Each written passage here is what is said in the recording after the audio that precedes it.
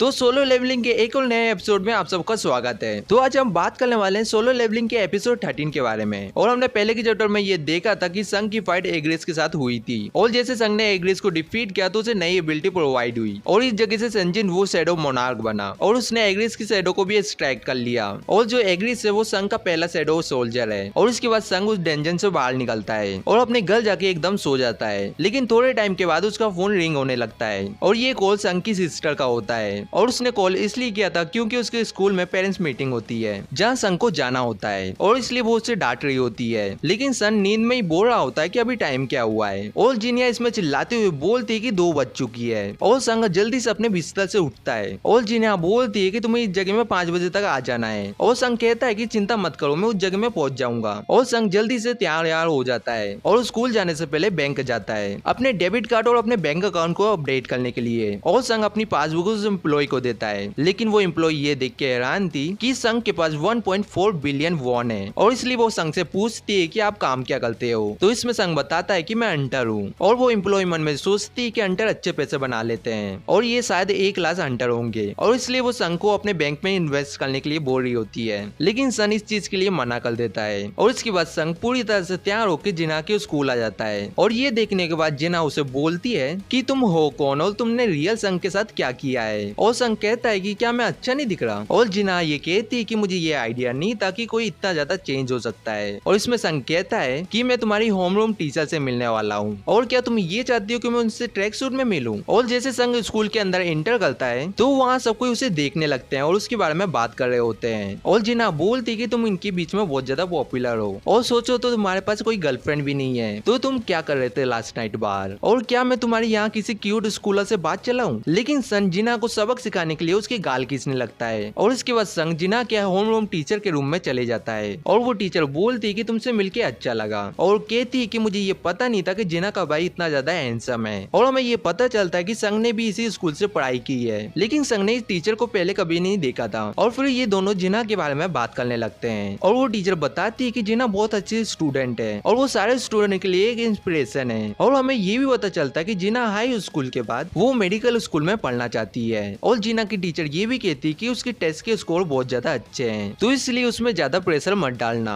और मैंने ये सुना है कि आप एक हंटर है और अगर जिना भी अवेक हो जाती है और उसके अंदर हंटर की पावर आ जाती है तो आप क्या करेंगे, क्या आप उसे भी हंटर बनाएंगे। और जैसे ही सन हंटर वाली बात सुनता है तो वो डायरेक्टली मना कर देता है और जिना की टीचर ये कहती है कि मैंने ये सवाल इसलिए पूछा है क्योंकि यहाँ की एक स्टूडेंट भी अवेक हुई है हंटर के रूप में और वो स्कूल को ड्रॉप करना चाहती है और उसने स्कूल आना भी बंद कर दिया है और वो ऐसा करती रही तो स्कूल को कोई ना कोई फैसला करना पड़ेगा और वो हंटर बनना चाहती है तो उसे पढ़ाई तो पूरी करनी चाहिए। और संग इसके बाद उस लड़के का रैंक पूछता है और इसमें वो टीचर कहती है मुझे हंटर के बारे में ज्यादा कुछ तो नहीं पता लेकिन मैंने ये सुना है कि वो लोएस्ट रैंक में आती है। और संग ये समझ जाता है कि वो ई रैंक की हंटर है और ये सोचता है कि उसे ज्यादा टाइम नहीं लगेगा मरने में। और वो टीचर कहती है कि मैं आपसे एक फेवर चाहती हूँ क्योंकि वो लड़की जिना की फ्रेंड भी है तो आप उसे ये कन्विंस करेंगे कि एटलीस्ट वो स्कूल को कंप्लीट कर ले। और उस लड़की का नाम है हन सोंग हिन और उसका नाम सुन के संग बहुत ज्यादा शौक हो जाता है। और इसके बाद शाम हो जाती है और बिल्डिंग के अंदर से एक लड़की बाहर निकलती है और ये वही लड़की है जो संग की स्ट्राइक स्क्वाड में थी और हमें वही ये दिखाया जाता है कि संग उसी बिल्डिंग के बाहर इंतजार कर रहा होता है। और संग कहता है कि ये दुनिया बहुत ज्यादा छोटी है और मुझे ये लगा था कि वो तुम ही होगी। और वो लड़की संग को देख के बहुत ज्यादा शौक थी और वो लड़की कहती है कि मिस्टर आप इस जगह में क्या कर रहे हो और आप क्या वही हंटर हो जिससे मुझे टीचर ने बात करने के लिए बोला है। और संग इसके बाद अपनी और जिना की फोटो निकालता है और संग पूछता है कि ये तुम्हारी फ्रेंड है और वो लड़की कहती है कि हाँ ये जिना है और क्या आप जिना के बड़े भाई हैं और मैं आपसे मिलने के लिए एक बार हॉस्पिटल आई थी जिना के साथ। और अब ये बात सेंस बना रही है कि आप होमरूम टीचर को कैसे जानते हो और मुझे ये नहीं पता कि टीचर ने आपको क्या बोला है लेकिन मुझे स्कूल जाने में अब कोई इंटरेस्ट नहीं है और मैं हंटर की जॉब नहीं छोड़ने वाली। और संग कहता है कि तुमने बोला है कि तुम ई रैंक हंटर हो और रेगुलर अटैक मैजिक बीस्ट के ऊपर वर्क नहीं करते और तुम्हें एक ऐसे वेपन चाहिए जिसके अंदर मैजिक एबिलिटी हो और तुमने वो वेपन खरीद लिया तब भी वो जल्दी खराब हो जाएगा और तुम्हें बार बार वेपन खरीदना पड़ेगा और इसलिए ई रैंक के हंटरों को प्रॉफिट बनाना बहुत ज्यादा मुश्किल होता है। और क्या तुम बिना वेपन के फाइट करने का सोच रही हो और ये मत बोलना कि तुम हंटर इसलिए बनना चाहती हो क्योंकि तुम्हें हमारे स्ट्राइक स्क्वाड में काम करके पैसे मिल चुके हैं। और वो लड़की गुस्से से कहती है कि आप मुझे यहाँ लेक्चर देने आए हैं तो भूल जाओ और आप खुद एक ई रैंक हंटर है मेरी तरह। और संग बोलता है कि चिंता मत करो, या मैं तुम्हें क्विट करने के लिए कन्विंस करने नहीं आया हूँ। तो वो लड़की पूछती है कि आप इस जगह जगह में फिर क्यों आए हैं। और संग कहता है कि मैं तुम्हें एक एक्सीलेंट हंटर बनाने के लिए आया हूँ। और इसके बाद हमें सीधा एयरपोर्ट का सीन दिखाया जाता है और हमें यहाँ देखने मिलता है कि वांग डोंग सो कोरिया आ चुका है और वांग डोंग सो को वेलकम करने के लिए हंटर एसोसिएशन से वू जिनसुल आते हैं। और वांग डोंग सो कहता है कि देखो तो सही कौन आया है और तुम्हें बहुत टाइम बाद देख के बहुत खुशी हुई, लेकिन हंटर एसोसिएशन के एजेंट को क्या काम पड़ा जो वो यहाँ आया है। और वू जिनसुल कहता है कि आप एक एस क्लास हंटर हैं और आप कोरिया में आए हैं और ये बात सर्वेलेंस टीम को पहले ही पता चल गई थी, तो इसलिए मैं आपको एस्कॉर्ट करने के लिए आया हूँ। और वांग डोंग सो कहता है कि तुम अभी तक उस बुढ़े चेयरमैन की राइट हैंड हो और मैं तुम्हारी जगह होता तो मैं अभी तक चेयरमैन बन जाता। और वैसे भी वो बुढ़ा बिना किसी की मदद के वो कुछ भी नहीं कर पाता है। और वो जिनसुल पूछता है कि सर आप इस जगह में कब तक रुकने वाले हो। और वांग डोंग सो कहता है कि मैं ज्यादा टाइम नहीं रुकने वाला और वैसे भी मुझे इस कंट्री में कोई इंटरेस्ट नहीं है, तो इसलिए तुम्हें चिंता करने की कोई जरूरत नहीं है, मैं यहाँ से अपना काम करके चले जाऊंगा। और वो जिनसु कहता है कि आपने अपनी कंट्री को धोखा दे के आप दूसरी कंट्री में चले गए और आप कोरिया वापस आए हैं, तो आप यहाँ कुछ ना कुछ करने आए हैं और मेरे अंदाजे से आपका काम ई रैंक हंटर संग जिन वू और डी रैंक हंटर हु जिनो के साथ है। और मैंने सही कहा ना। और वांग डोंग सो कहता है कि तुम एक सिल्वेज टीम के एजेंट हो और तुम पहले से जानते हो कि मैं इस जगह में क्यों आया हूँ, तो क्या तुम मुझे रोकने की कोशिश करने वाले हो। और वो जिनसु कहता है कि सर बस मैं अपनी जॉब कर रहा हूँ। और वांग डोंग सो कहता है कि तुम मुझे हमेशा से पसंद थे और क्या ख्याल है हमारे गिल्ड को ज्वाइन करने का, और वो बुड्ढा तुम्हें जो पैसे दे रहा है मैं उससे अच्छी डील तुम्हें दूंगा। और विन जिनसु को पता होता है कि जो एस क्लास हंटर हंग डोंग सो है उसके छोटे भाई ने डंजन के अंदर बहुत सारे लोगों को मारा है, लेकिन हमें इन लोगों के ऊपर कोई भी सबूत नहीं मिला, इसलिए हम कुछ भी नहीं कर पाए। और हमें फिर से संजिन वू दिखाया जाता है और उसके साथ वो लड़की भी होती है। और इस जगह में संग व्हाइट टाइगर गिल्ड के सेकंड डिवीजन मैनेजर हान से मिलने आया था। और सबसे पहले ये सभी एक दूसरे से इंट्रोड्यूस कराते हैं अपने आप को। और मिस्टर हान ये कहते हैं कि तुम वही स्टूडेंट हो ना जो हमें पहले मिली थी, जिसमें वो लड़की उन्हें हेलो बोलती है। और मिस्टर हान मन में ये सोचते हैं कि ये लड़की एक ई क्लास हंटर है, लेकिन मुझे इसे जज नहीं करना चाहिए क्योंकि संग जिन वो भी ई क्लास हंटर है। और संग ने मिस्टर यान को कॉल करके ये रिक्वेस्ट किया था कि वो एक न्यू हंटर के साथ ट्रेनिंग टूर में जाना चाहते हैं। और मिस्टर यान को ये लग रहा होता है कि संजिन वो को व्हाइट टाइगर गिल्ड ज्वाइन करने में इंटरेस्ट है। और संग और मिस्टर यांग की बातचीत के बीच में एक हंटर बोलता है कि नो ऑलरेडी बच चुकी है, इसलिए बातचीत बंद करो और अंदर चलो, और ये कोई पिकनिक नहीं है। और उस हंटर ने बहुत अच्छा आर्मर पहना होता है। और संग मिस्टर हान से पूछता है कि ये है कौन। और मिस्टर हान ये बताते हैं कि वो व्हाइट टाइगर का एक न्यू ए क्लास हंटर है और इसका नाम है किमसुल और ये एक टैंक है। और मिस्टर हान ये भी बताते हैं कि इस स्ट्राइक स्क्वाड में ए क्लास हंटर और 7 बी क्लास हंटर है और 4 सी क्लास हंटर है और टोटल मिला के ये 12 मेंबर है। और संग मिस्टर यान को कहता है कि ए क्लास और 7 बी क्लास कुछ कम नहीं होंगे। और इसमें मिस्टर यान कहते हैं कि ये वली सी रैंक का गेट है, लेकिन ये न्यू हंटर के लिए एक अच्छा एक्सपीरियंस होगा।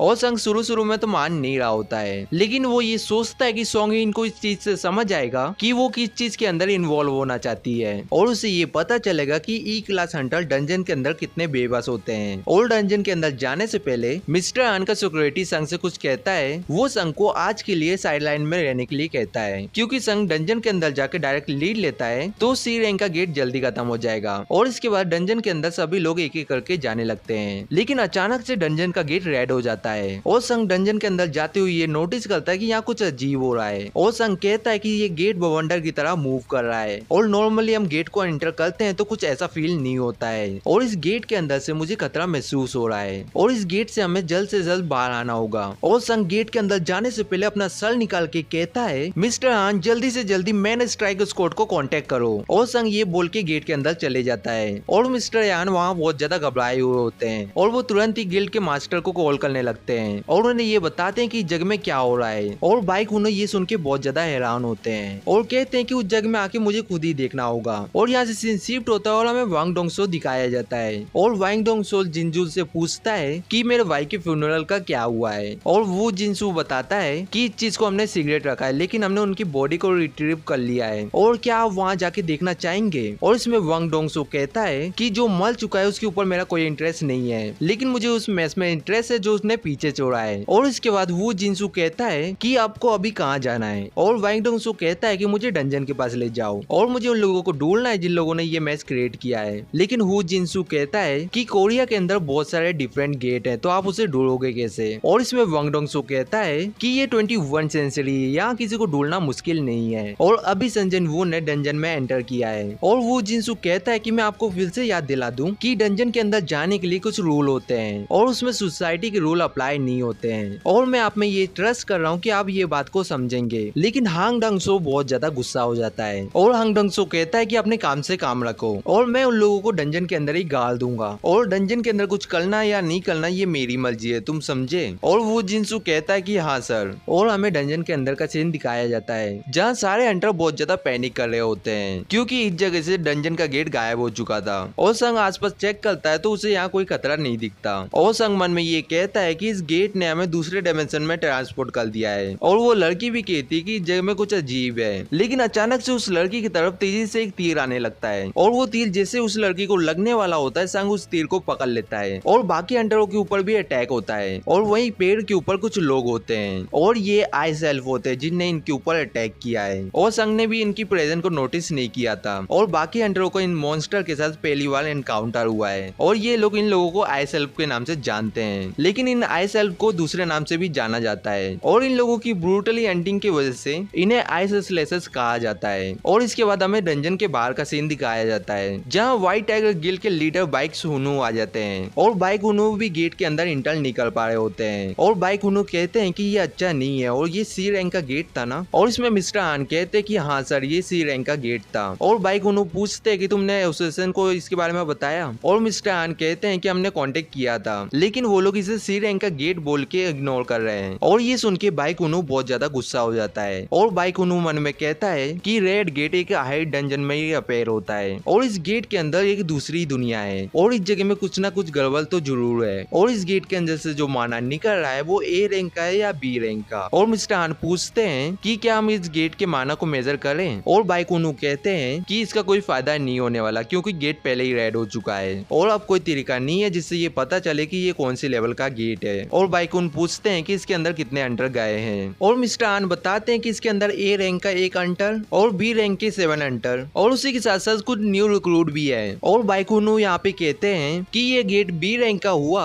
तो उनकी टीम में कम से कम 3 A क्लास हंटर होने चाहिए और अगर ये गेट ए रैंक का हुआ तो एक एस रैंक का हंटर या 10 A रैंक के हंटर चाहिए होंगे और इसका मतलब ये है कि बाकी के हंटर अभी मरने वाले होंगे और शायद कुछ A क्लास के हंटर और बी क्लास के हंटर बच के बाहर आ जाएं। और ये सब सुनने के बाद मिस्टर आन कहते हैं कि सर इस डंजन के अंदर एक और पर्सन गया है जिसके ऊपर मेरी आइज कब से थी। और बाइक हुनू कहते हैं कि उसकी रैंक क्या है, वो ए रैंकिंग हंटर है या बी रैंकिंग हंटर, लेकिन मिस्टर आन यहाँ कुछ भी नहीं बोलते हैं। और बाइक हुनू ये कहते हैं कि क्या तुम ये कहना चाहते हो कि वो एस क्लास हंटर है। और मिस्टर आन घबराते हुए बोलते हैं कि नहीं सर वो एक ई रैंक हंटर है। और इसके बाद हमें डंजन के अंदर का सीन दिखाया जाता है और हमें ये देखने के लिए मिलता है कि उस टीम के कुछ मेंबर मर चुके हैं। और वहीं संग मनी मन कहता है कि ये लोग बहुत ज्यादा स्मार्ट हैं और इन लोगों ने शुरुआत में ही हमारे 2 वीकेस्ट मेंबर को मार दिया। और संग मन में ये भी सोचता है कि इनका एरो 2 मंथ पहले मुझे मारा होता तो मुझे एरो को रोक नहीं पाता। और संग बहुत ज्यादा एक्साइटेड होकर ये कहता है कि इन लोगों को मैं अपने दोनों हाथों से मारूंगा। और वहीं ए रैंक हंटर सबको कहता है कि तुम सबने भी ये नोटिस कर लिया होगा कि हम रेड गेट के अंदर आ चुके हैं और इसका मतलब ये है कि हम सबके मरने तक इस डंजन के अंदर कोई भी नहीं आ सकता और ये गेट तभी ओपन होगा जब ये डंजन ब्रेक हो जाएगा।